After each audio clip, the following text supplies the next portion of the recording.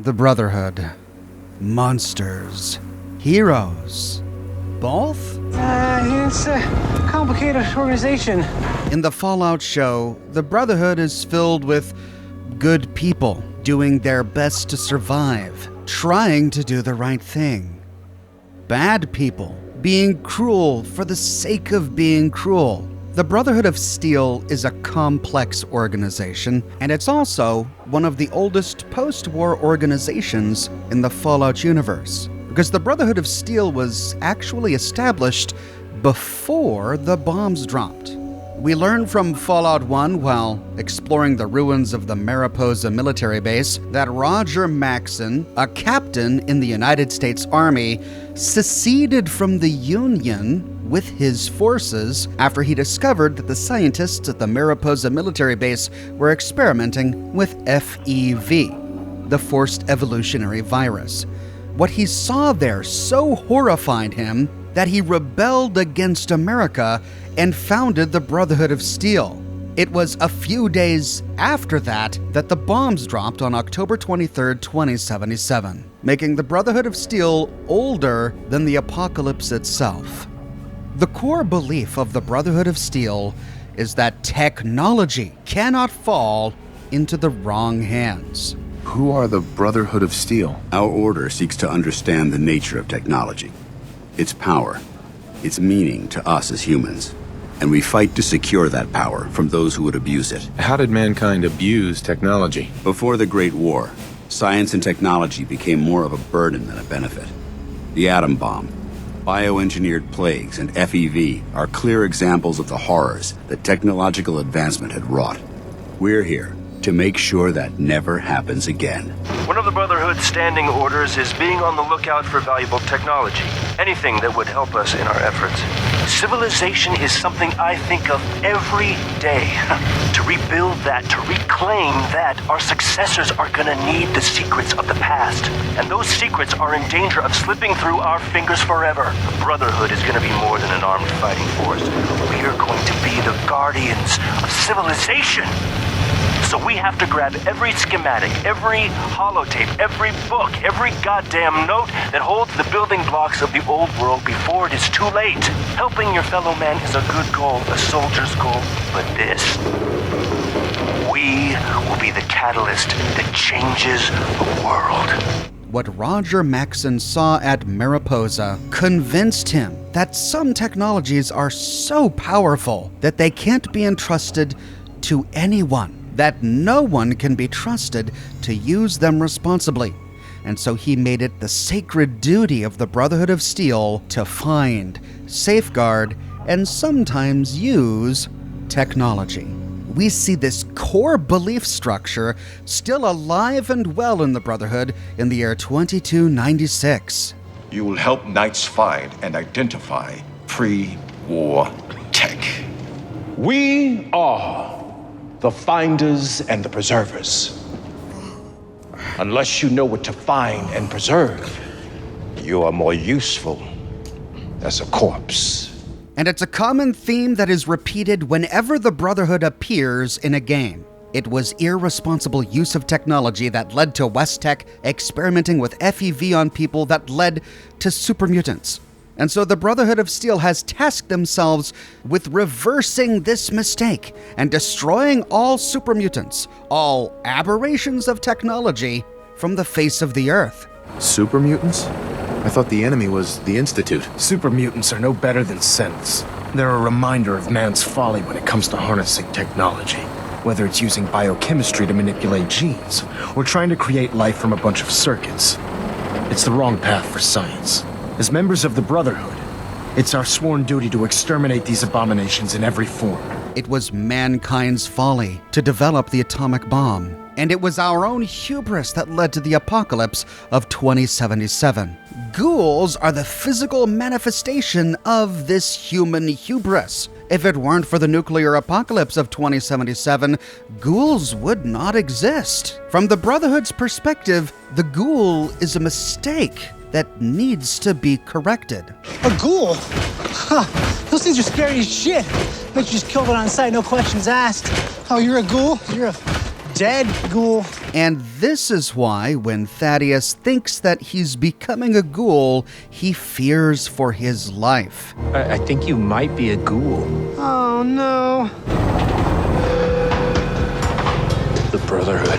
They'll kill me if they find out. He knows that the Brotherhood kills ghouls on sight. Not just because they're racist against ghouls, but because it's part of their core belief structure. Ghouls represent an abuse of technology, and therefore they must be destroyed. And when the Institute created this synthetic humanoid during the events of Fallout 4, it was the Brotherhood who left the ruins of Washington, D.C. for no other reason than to destroy the synth because it's an aberration of technology. The Institute scientists have created a weapon that transcends the destructive nature of the atom bomb. They call their creation the Synth, a robotic abomination of technology that is free-thinking and masquerades as a human being. This notion that a machine could be granted free will is not only offensive, but horribly dangerous. I am not prepared to allow the Institute to continue this line of experimentation. Therefore, the Institute and their synths are considered enemies of the Brotherhood of Steel and should be dealt with swiftly and mercilessly. And so the Brotherhood has tasked themselves with taking possession of all pre-war and post-war armaments.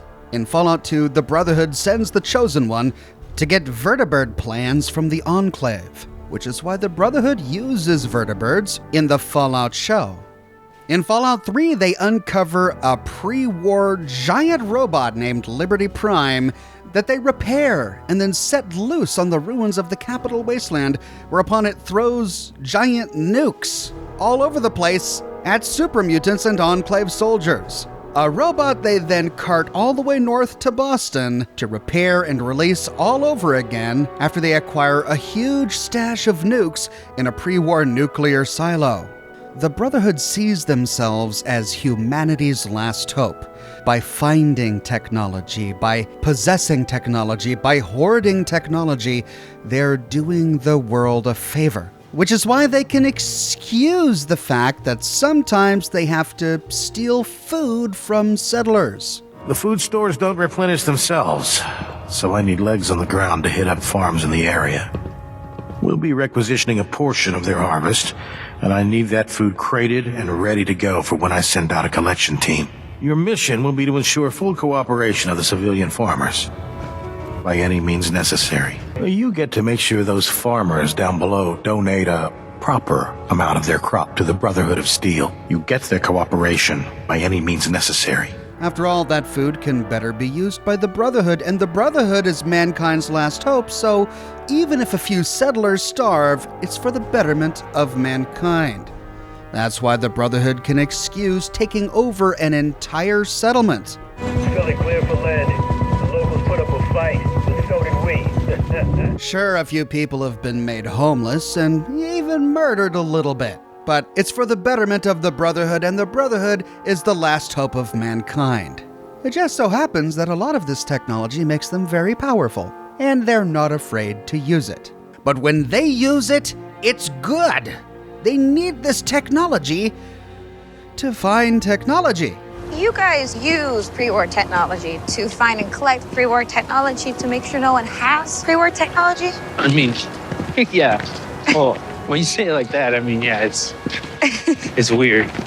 From the very beginning, the Brotherhood has taken on a quasi-medieval structure.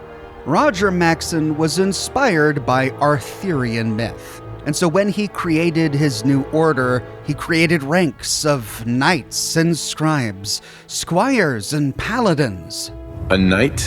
What is this, the Dark Ages? Judging from the state of the world, it wouldn't be a stretch to say we're living in that era again. A Brotherhood of Steel? What's that even mean? The men over here are confused. We need to do something bold.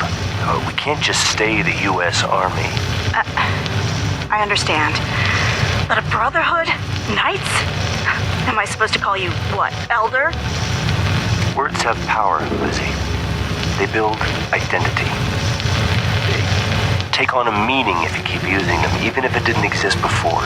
It was the Knights and the Scribes, after the fall of Rome, that protected what was left of Western civilization. So we are the new Knights, and our role is similar. But we'll need more than names. We'll need new traditions, our own mythology. Something people can believe in to their core. Is this necessary? What else can I do? Declare myself president?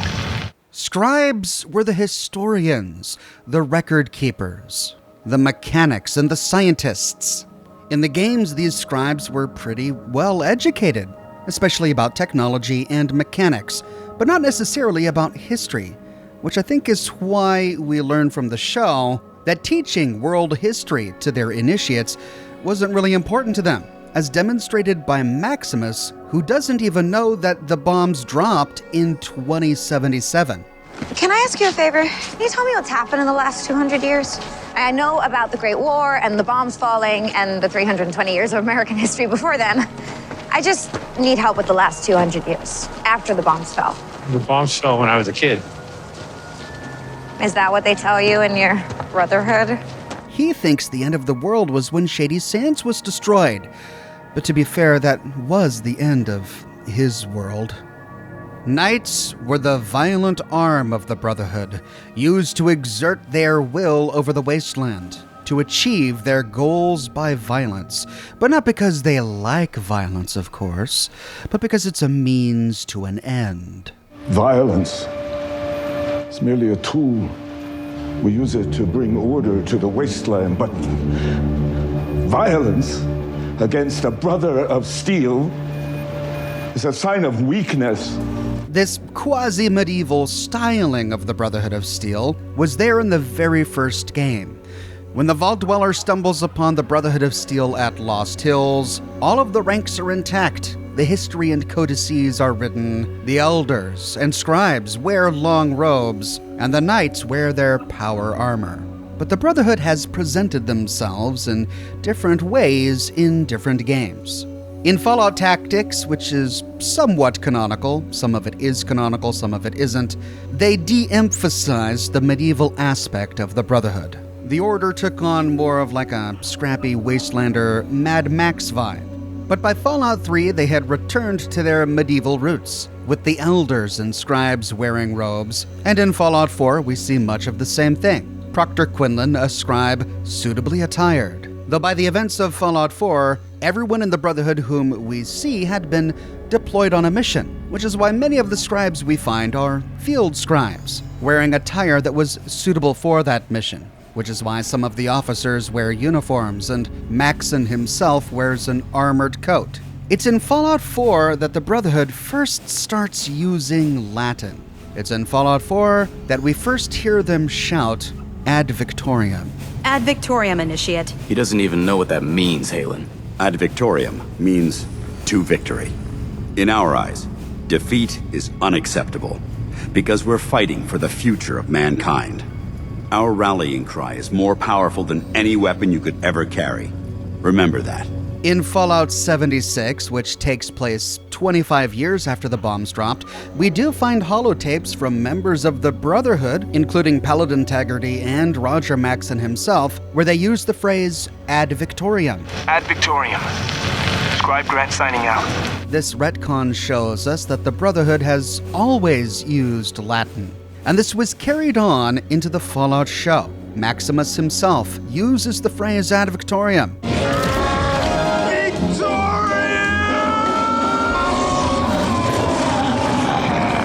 And this is why the scribes, during Maximus's sentencing, begin to chant in Latin. Now, there has been some criticism about how the Brotherhood is depicted in the show, suggesting that the medieval trappings and Latin chants are out of place because they are more Catholic than they are Brotherhood. But I don't think that's necessarily a good interpretation of what we see. As we've already covered, Latin has been spoken by the Brotherhood since the very beginning.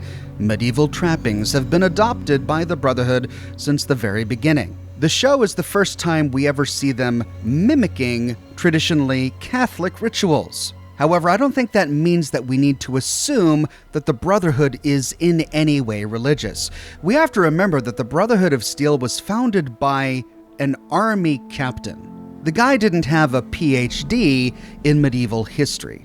Roger Maxson likely never studied the history of Christianity. He was inspired by Arthurian myth and legend. He then set out to create his own mythology based on that.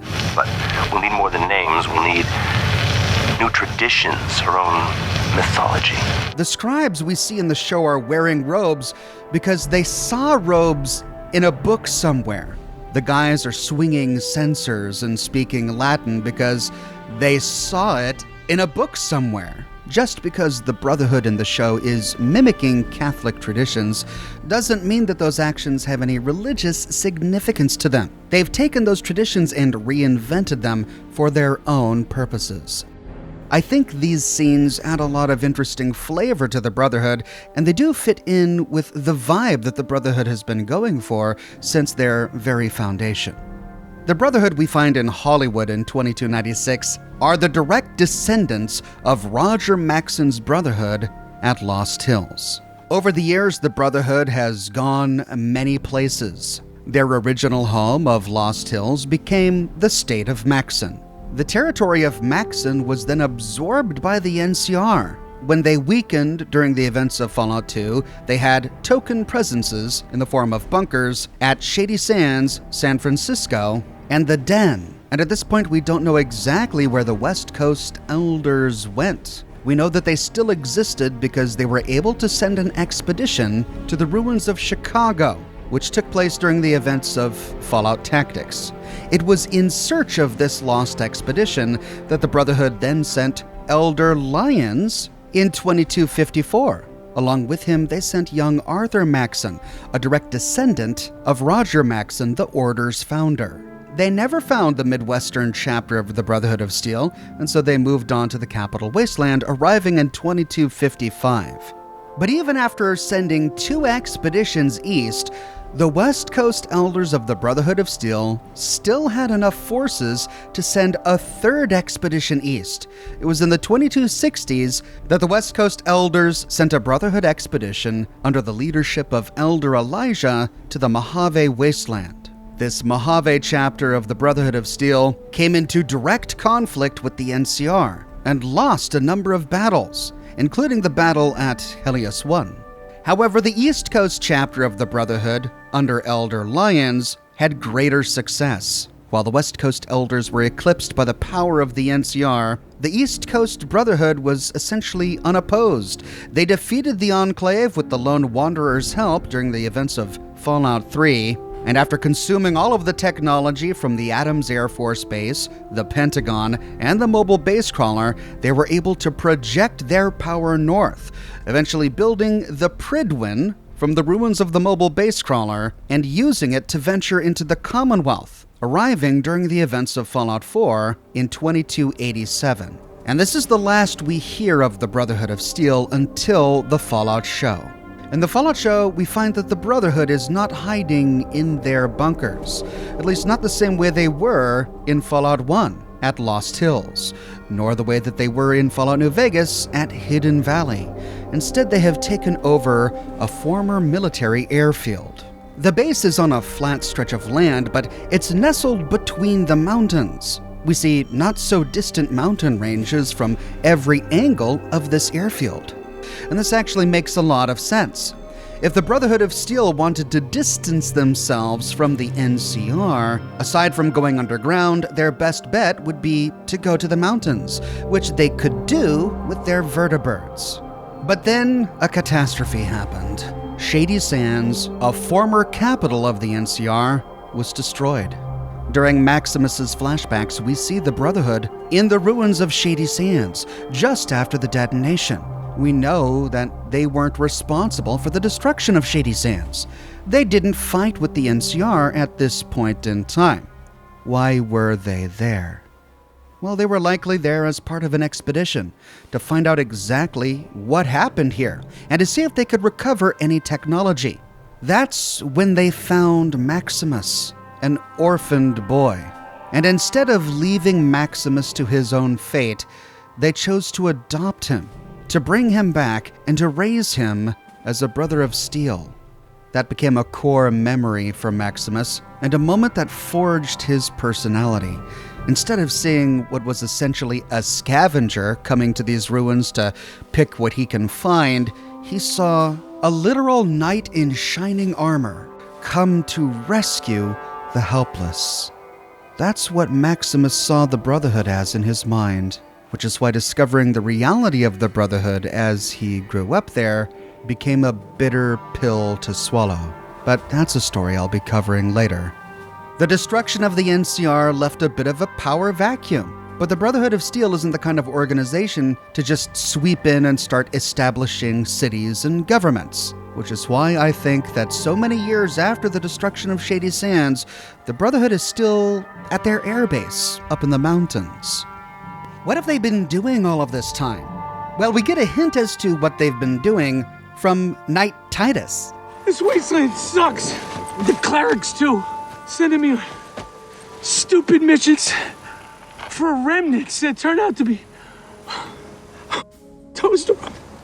Titus has been a knight for a long time, long enough to be fed up with the clerics and the leadership of the Brotherhood of Steel. He said that in the past, the Brotherhood sent him to hunt down remnants.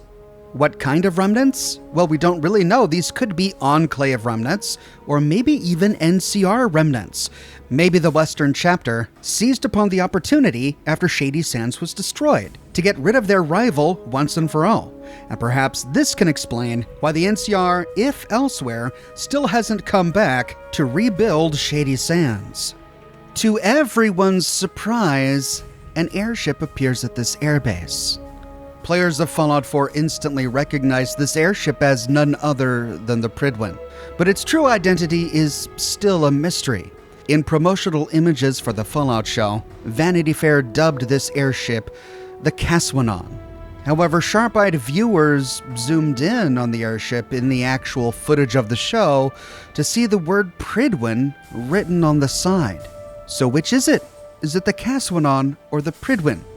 The answer to that question is really important. If it's the Pridwin, then that means that it traveled all the way from the Commonwealth of Massachusetts to Los Angeles.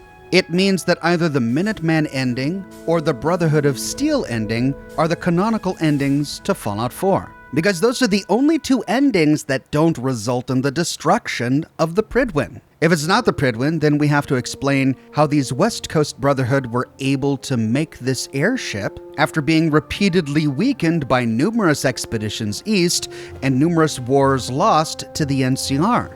For the moment, I think our best bet is to go with what our eyes show us. And what we see is the name Pridwin written on the side of this airship.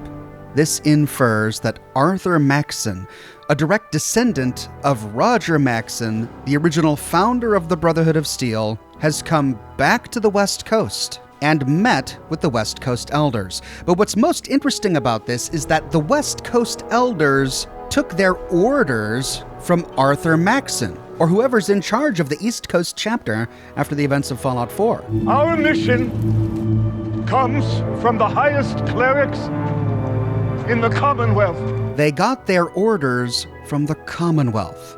Now, until the show, it was the West Coast Elders that gave orders to the East. After all of the East Coast expeditions came originally from the West. We were dispatched with a specific mission. Lions directly refused orders, and so the West Coast cut us off. We live and die by our dedication to the Brotherhood. To go against orders, it's not something that's done. But it's quite possible that by now, the balance of power had shifted. Not only was the East Coast Brotherhood the only Brotherhood that had ever been successful in any recent wars, but the direct descendant of the Order's founder lived on the East Coast. It's possible that by the time of the show, it was Arthur Maxson who was giving orders to all of the Brotherhood, including the West Coast Elders. The East Coast Brotherhood had discovered that a really important piece of technology had just been let loose upon the wasteland. Perhaps they learned about this when bounty hunters sent broadcasts out telling mercenaries exactly what to look for. Last night, a bounty came in through all 6 agencies. A hefty price on the head of a man that fits the description of that fellow right there. The East Coast Brotherhood caught wind of this and then sent orders to the West Coast to hunt down Wilzig and his dog, for he was in possession of the artifact. If the West Coast was now taking orders from the East, this could potentially explain what otherwise would be a very odd thing. At the very end of the series, the West Coast Elder begins to plot with Maximus. The Brotherhood has lost its way, and yet power is taken, not given. And together, you and I, we will take power, and with it, we will start a new Brotherhood with me as its head and the likes of you as its sword. Why would he want to start a new Brotherhood? Is he not already in charge of the existing Brotherhood? Well, apparently not, if he's taking his orders from the East. This bit of dialogue is open to interpretation, but I interpret the scene as being the beginnings of a power grab. Perhaps this elder, a remnant of the West Coast elders, is bitter that power has shifted east, that Arthur Maxon, in his youth, is now ordering them around. Perhaps this elder sees possession of the artifact as an opportunity to take greater power, to depose Arthur Maxon, to put the East Coast chapter of the Brotherhood of Steel back in their place. Perhaps that's what he's hinting at here, and maybe that's the story they'll explore with the Brotherhood in Season 2. There's one more thing about this chapter of the Brotherhood that we should talk about. At the very beginning of the series, when Maximus is first turned into a squire, while he's being interrogated, he mentions something called Eden. If I can help the Brotherhood make it better, Eden or whatever. Eden or whatever?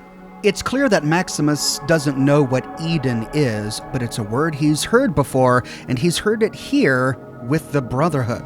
The Brotherhood has had plans for something called Eden. What is Eden? Well, two things immediately spring to mind. There's, of course, John Henry Eden, the former president of the Enclave who was destroyed by the Lone Wanderer and the Brotherhood of Steel during the events of Fallout 3. They're probably not talking about him. And then there's the Garden of Eden creation kit, which was invented by Dr. Stanislaus Braun of Vault-Tec. It was included with some of Vault-Tec's vaults. And this Garden of Eden creation kit, or GEC, is an almost magical device that can be used to terraform the wasteland, essentially. And it's been used in Fallout's history in the past. Vault 8 is one of the few vaults that successfully recolonized the wasteland. By using their Garden of Eden creation kit, we get to explore Vault 8 and the city they created with their GEC, Vault City, during the events of Fallout 2. Could this be what Maximus is referring to when he says Eden?